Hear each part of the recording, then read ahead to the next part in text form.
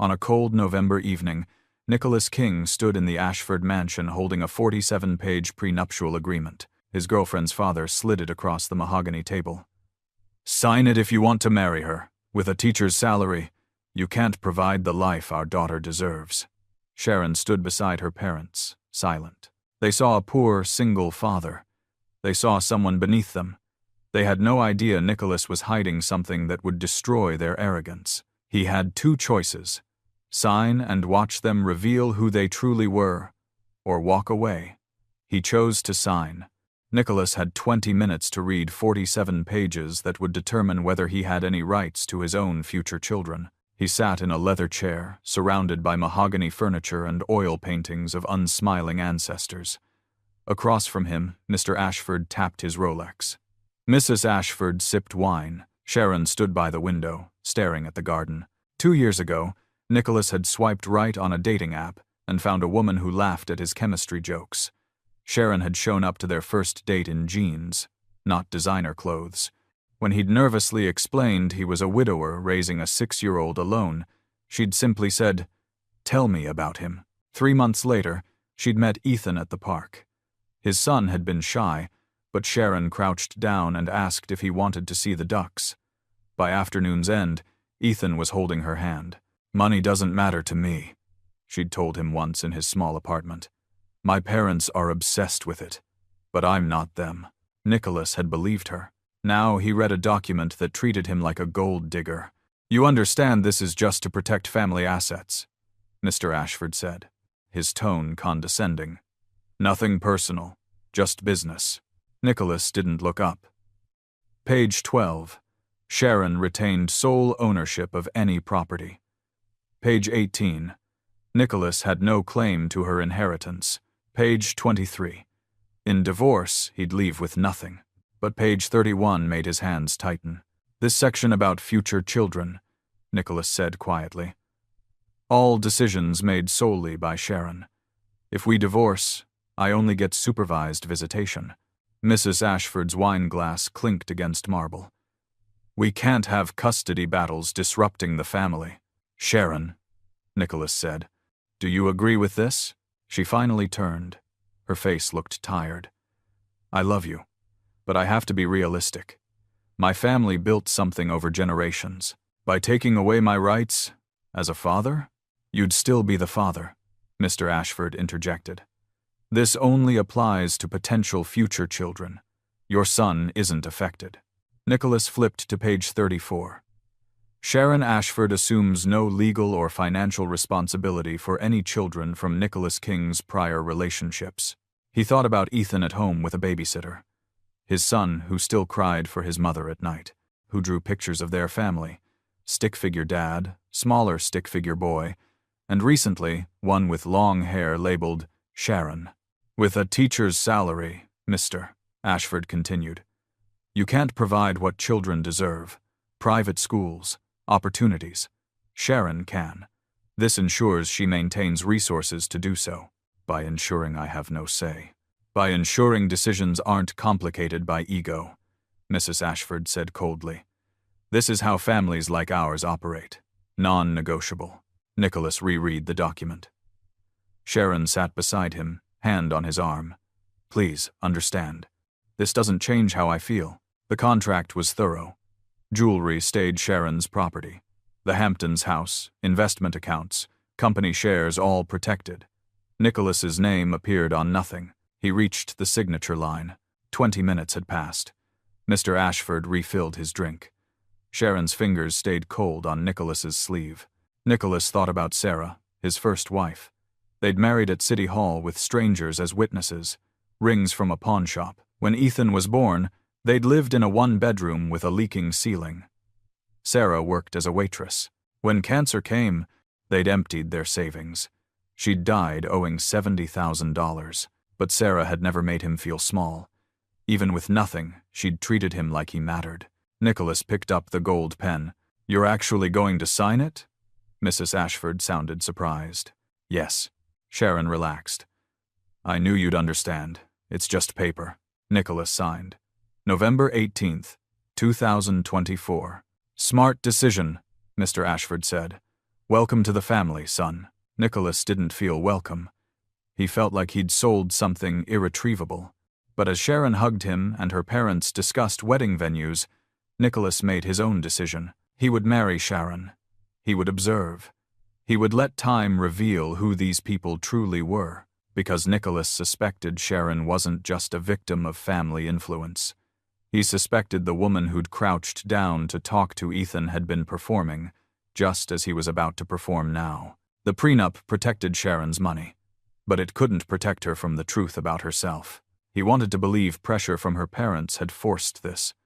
That once married, away from their influence, she'd become the person who'd said money didn't matter. He needed to believe it. The alternative, that he'd fallen in love with someone who would treat him this way, was too painful without proof. So he would be patient.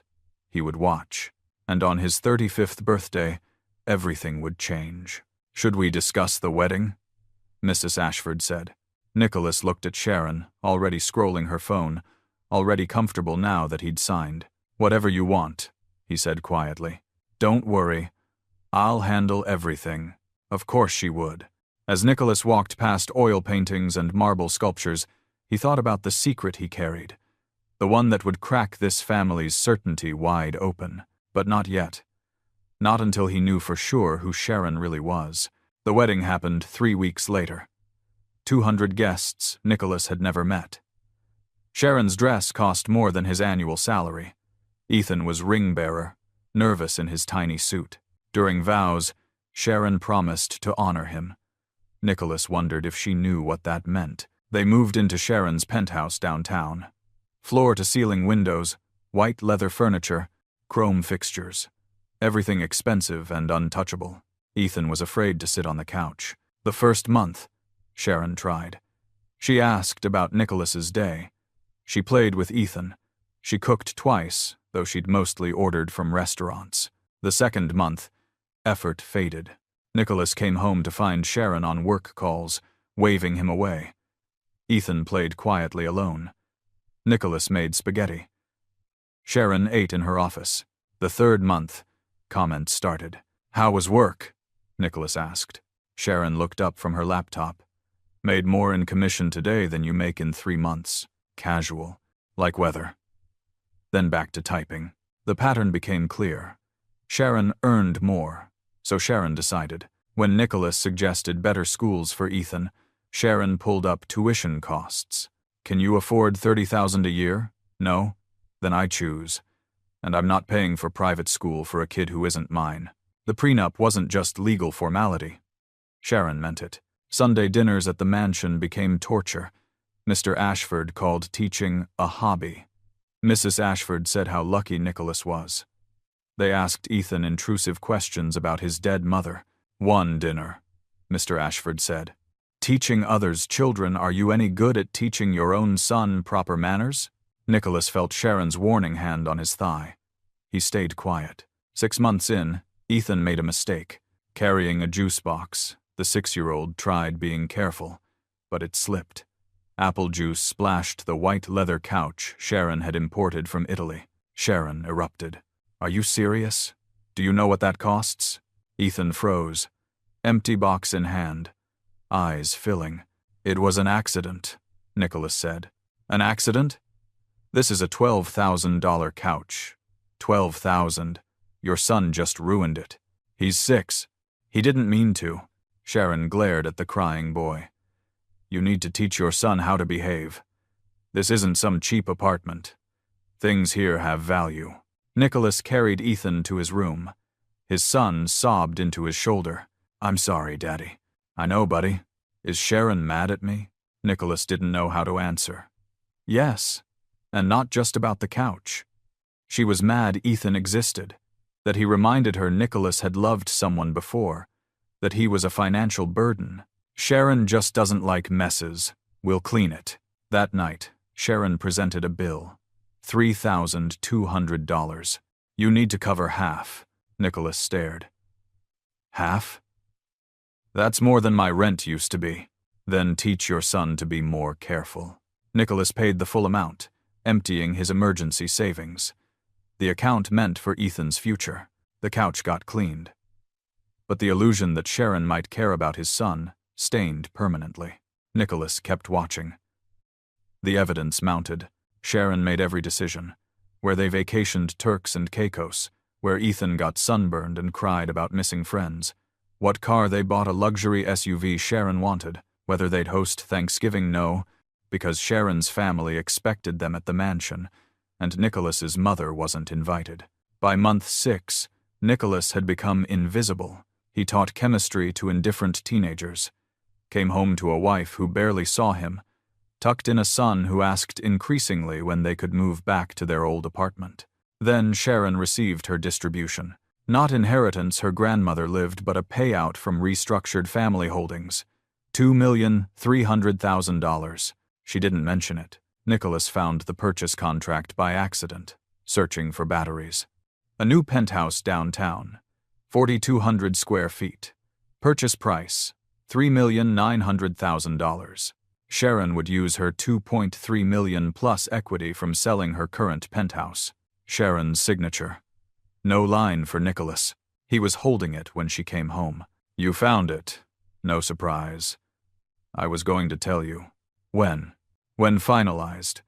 Closing next month. You're buying a $4 million penthouse without asking me. $3.9 million. And why would I ask? It's my money. My decision. We're married. Yes. And we have a prenup that makes clear what's mine and yours. Sharon took the contract back. You're a teacher. You don't have standing to make decisions about assets this size. What could you possibly contribute to this conversation? The words hit like physical blows. I could contribute my opinion. As your husband. Your opinion about what?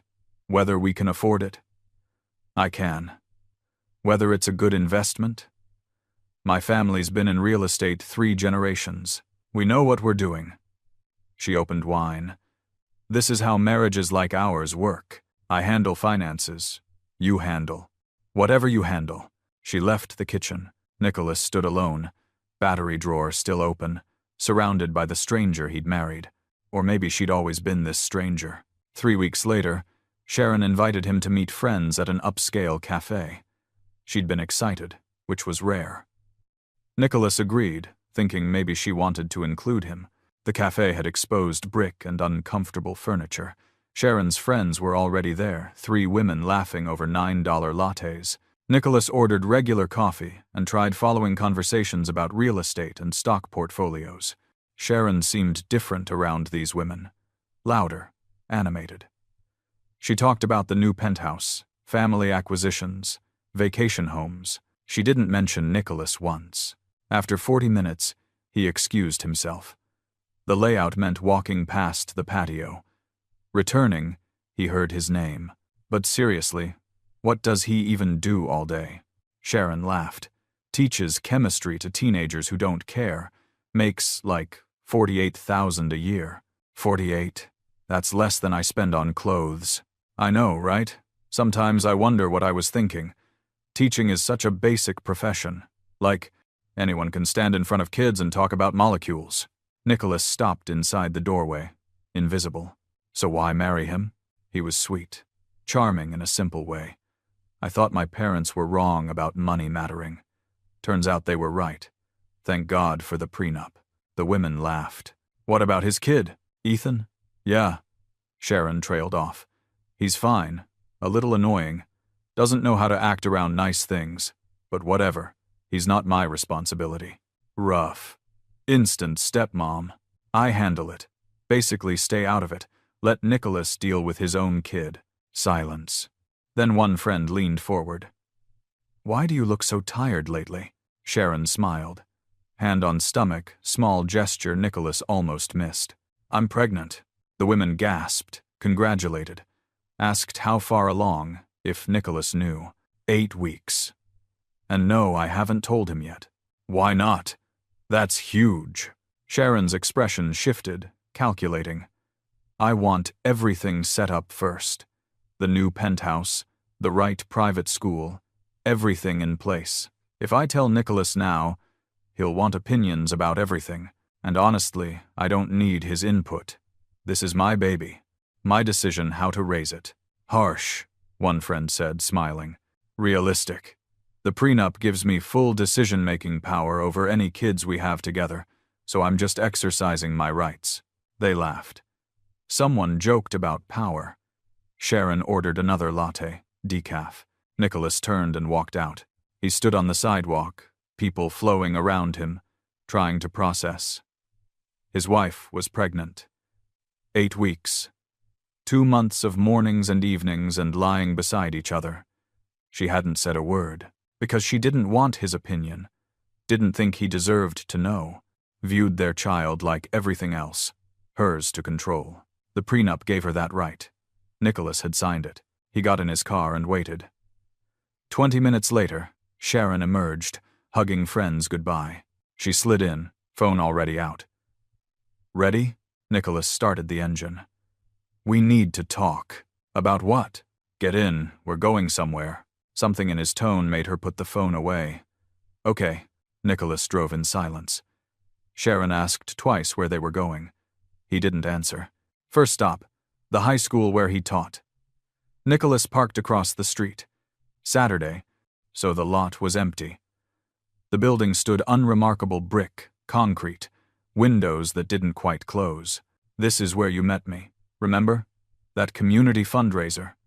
I was running a free chemistry workshop for kids whose families couldn't afford tutoring. Sharon looked at the building. Okay, you told me it was amazing, I volunteered. You said teachers were undervalued. You said money didn't define worth. Nicholas, what is this? He pulled away without answering. Second stop, a neighborhood with small houses, chain-link fences, old cars on lawns. Nicholas stopped at a blue house with peeling white trim. I grew up here. My mom was a nurse. My dad was a carpenter. They worked their whole lives and never had much. But they taught me something your parents didn't teach you. And what's that? Sharon's voice had an edge. That a person's value has nothing to do with their bank account. He drove again. Sharon watched him, something between concern and calculation. The cemetery was on town's edge. Nicholas knew the path by heart.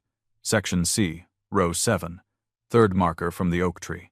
Sarah's grave, just her name, dates, and beloved. Nicholas got out. Sharon followed reluctantly. This is Sarah, Ethan's mother. My first wife. Sharon stood with arms crossed. She died of cancer when Ethan was 3. We were poor, really poor. Couldn't afford the best treatments. Had to choose which medications to buy, which appointments to skip. We went into debt trying to give her 6 more months. Nicholas looked at the headstone. And you know what Sarah never did? Never blamed me for not having money. Never made me feel small because I couldn't save her. She just wanted Ethan to grow up knowing he was loved. Sharon's face paled. Nicholas turned to her fully. I signed your prenup. I let your family treat me like I'm worthless. I watched you become exactly what you swore you'd never be. I stayed quiet because I wanted to believe you were different, that underneath everything, you were still the woman who crouched down to talk to my son in the park. Nicholas, you're pregnant. Sharon went still. 8 weeks.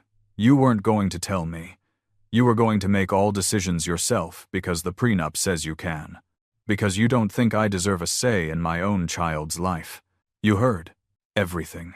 How teaching is basic. How you wonder what you were thinking. How my son isn't your responsibility.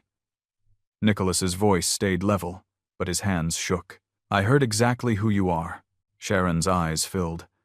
I didn't mean it like that. I was just venting. You meant every word. Nicholas stepped back. But here's what you don't know about me. What your parents don't know. What nobody knows except my lawyer. He looked at her directly. Wait until December 15th, my 35th birthday. Everything changes then, and you'll understand exactly who you married. What are you talking about? What happens? You'll see. Nicholas walked to the car. And then you'll decide what matters more, the money you were trying to protect or the family you just destroyed. They drove home in complete silence. Sharon tried twice to speak. Nicholas didn't respond. His mind was on December 15th, 3 weeks away. The day he turned 35, The day his uncle's will executed. The day Sharon would learn she'd bet on the wrong horse. 3 weeks of silence. Sharon apologized daily. She explained. She promised she'd been wrong. Nicholas went to work, came home, helped Ethan with homework, went to bed. He didn't argue, didn't engage, simply existed, waiting. Sharon stopped visiting her parents. She worked from home, watching Nicholas like she expected him to explode. He never did. The tension built until the apartment held its breath. December 15th arrived on a Saturday. Nicholas woke at 6:30, made breakfast. Ethan was at a friend's. Sharon still slept. He drank coffee and watched sunrise through floor-to-ceiling windows. His phone started ringing at 7:15. His lawyer, his accountant, his mother, people he hadn't heard from in years, all saying, "Congratulations." Had he seen the news? This was incredible. Nicholas opened his laptop. Bloomberg at 7 a.m. High school teacher inherits $10 million from late tech entrepreneur Robert King. The article explained Robert King, founder of a software company sold to Microsoft in 2018, had died 3 years ago. His will stipulated his entire estate, approximately $10 million after taxes, would go to his nephew Nicholas King on the nephew's 35th birthday. The article included Nicholas's photo from the school website. Tired, wearing the same button-down he'd worn 3 years. Nicholas had known since his uncle's funeral. Robert had told him years before, "You're the only family who gives a damn about people instead of money. When you're 35 and mature enough to handle it, everything's yours, but not before. I want you to build your own life first." Nicholas had built his life, became a teacher, married Sarah, raised Ethan alone after she died, lived simply, saved carefully, never thinking about money that would eventually come. Then he'd met Sharon and signed a prenup that would protect every dollar. His phone rang again. Sharon's father. Voicemail. Then her mother. Then Sharon's phone in the bedroom. She emerged 20 minutes later, pale, phone in hand. "Is it true?" Barely a whisper. "The news?" Nicholas closed his laptop. "Yes, you're rich. You've been rich this whole time." "No, I couldn't touch it until today. Before today, I was exactly what you thought, a poor teacher. But you knew. You knew and never told me." Nicholas stood. "I wanted to see who you really were. Turns out, you showed me." Sharon collapsed on the white couch, the one Ethan had stained. Professional cleaning had worked. You couldn't see where the juice had been. "My parents keep calling. 17 times. I'm sure. They want us for dinner tonight. They said it's important. They want to apologize. Convenient timing. Nicholas, please, just come to dinner. Let them try." Nicholas wanted to refuse, but he wanted to watch. Wanted to see the Ashfords pretend they'd always respected him. "Fine. 6 o'clock. Sharon looked relieved. She reached for his hand. He moved away. The Ashford mansion smelled like roasted meat and desperation. Nicholas arrived at 6. Sharon had gone earlier. The dining table had expensive China Mrs. Ashford, usually reserved for business associates.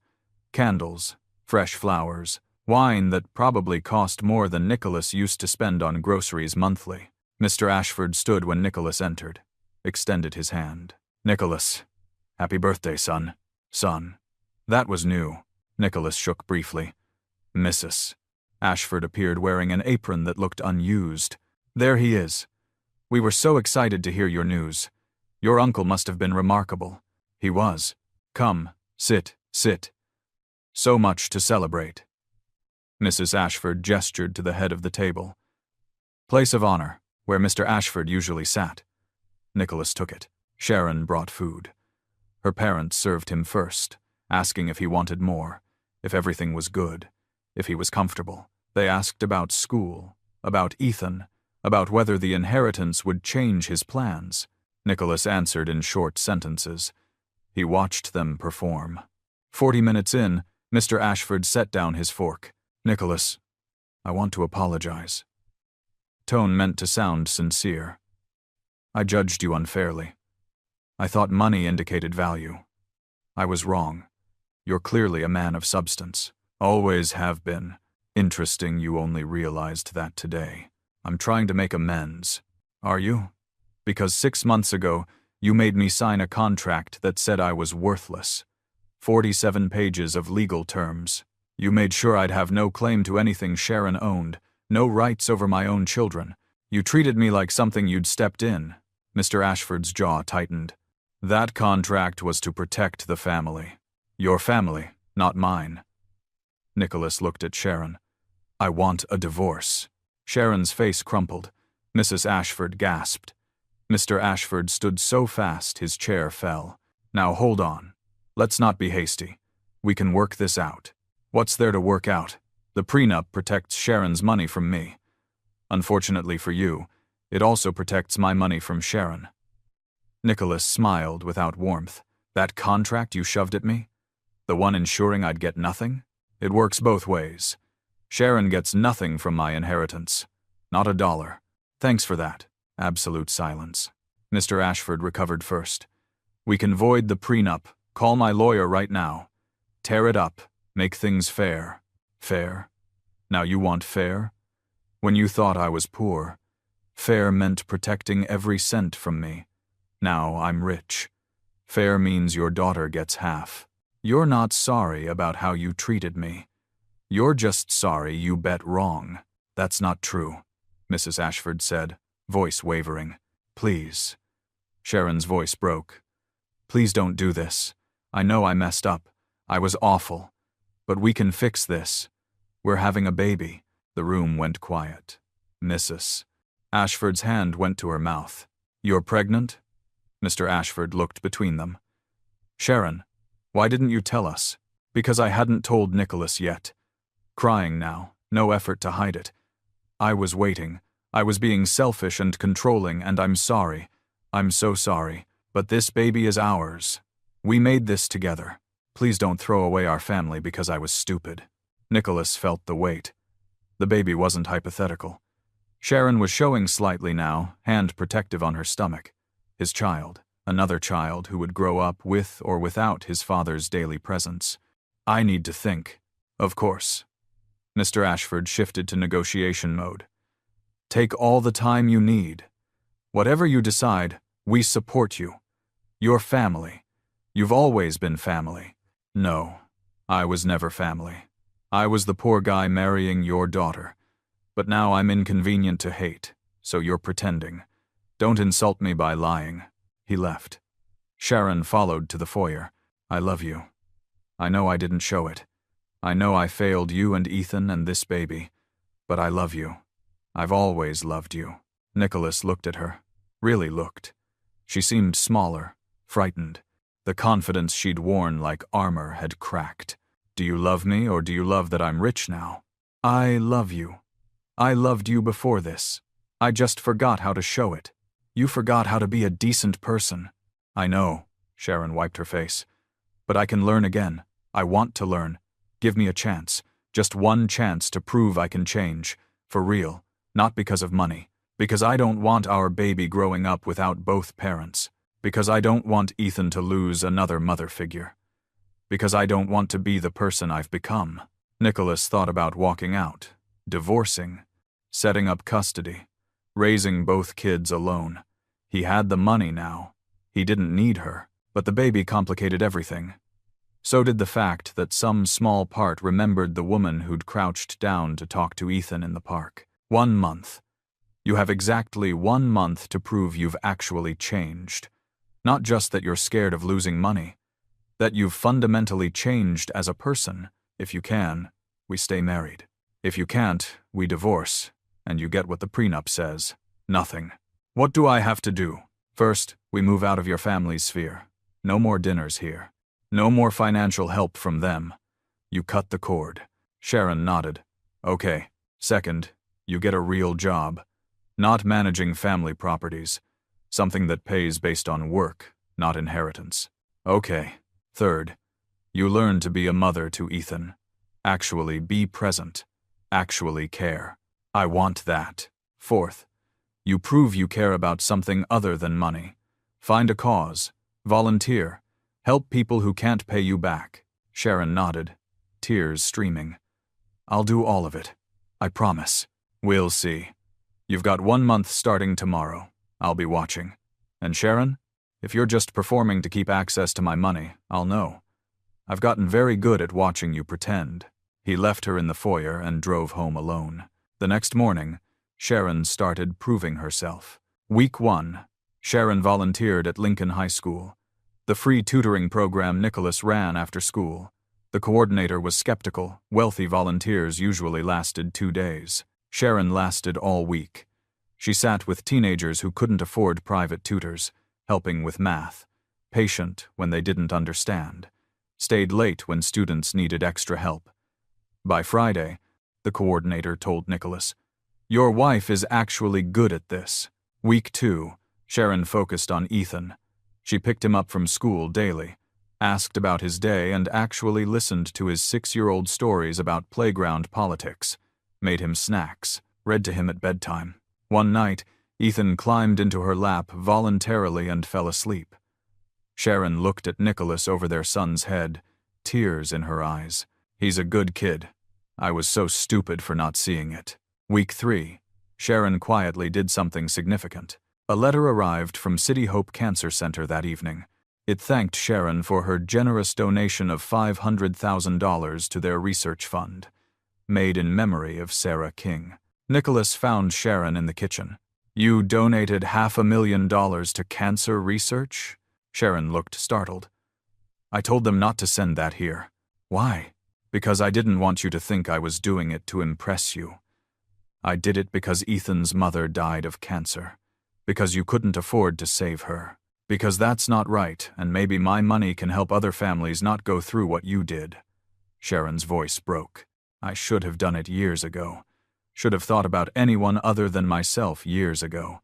Nicholas set the letter down. The donation was real. Sharon had given away money she could have kept to honor his dead wife. Week 4, they moved. Not to Nicholas's old apartment, but to a modest 2-bedroom rental across town. Sharon packed designer clothes and left most behind. She donated furniture. She told her parents they wouldn't be coming to Sunday dinners.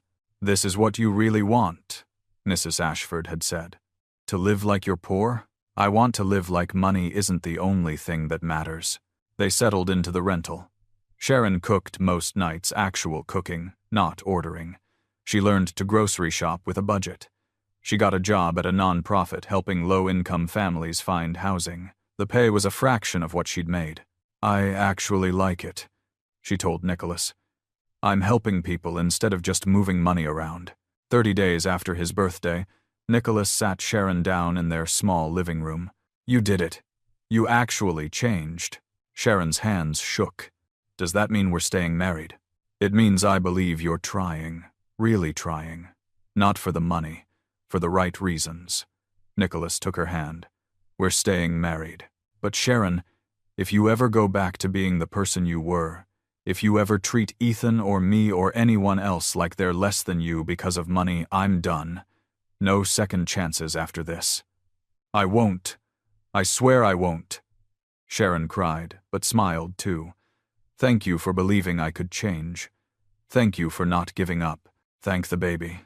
If you weren't pregnant, I wouldn't have tried. I know. And I'm going to spend the rest of my life proving you made the right choice." Grace Elizabeth King was born on a humid June evening. Sharon's labor lasted 14 hours. Nicholas held her hand through all of it. When their daughter finally arrived, screaming, red-faced, perfect, Sharon looked at him and said, "We made something beautiful." Nicholas thought about how close they'd come to destroying it all. Ethan met his baby sister 2 hours later. He was 7 now, tall enough to peer into the bassinet without standing on tiptoes. He touched Grace's tiny hand with one finger, incredibly gentle. "She's so small. Is she going to be okay?" "She's going to be perfect," Sharon said, exhausted and happy. "And you're going to be the best big brother." Ethan beamed, then looked at Sharon, suddenly serious. "Can I call you Mom now? Or is that weird because you're not my real mom?" Sharon started crying.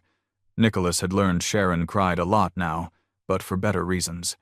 She pulled Ethan into a careful hug, mindful of the IV.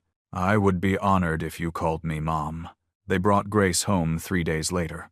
The rental was small, but felt more like home than the penthouse ever had. Sharon had painted the second bedroom pale yellow. Nicholas had assembled a crib from a flat box with incomprehensible instructions. The $10 million sat mostly untouched in investment accounts. Nicholas still taught chemistry. Sharon still worked at the nonprofit. They lived off their salaries and saved the inheritance for things that mattered: Ethan's education, Grace's future, donations to causes they believed in. 6 months after Grace was born, Nicholas came home to find Sharon crying over a letter. "What's wrong?" "Nothing's wrong." Sharon held up the letter. "City Hope Cancer Center. They want to name their new research wing after Sarah. Because of the donation, they're calling it the Sarah King Memorial Research Center."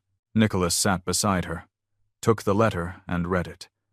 "The center would open next year. They wanted the family at the dedication ceremony. Your first wife is going to save lives," Sharon said. "Because she mattered.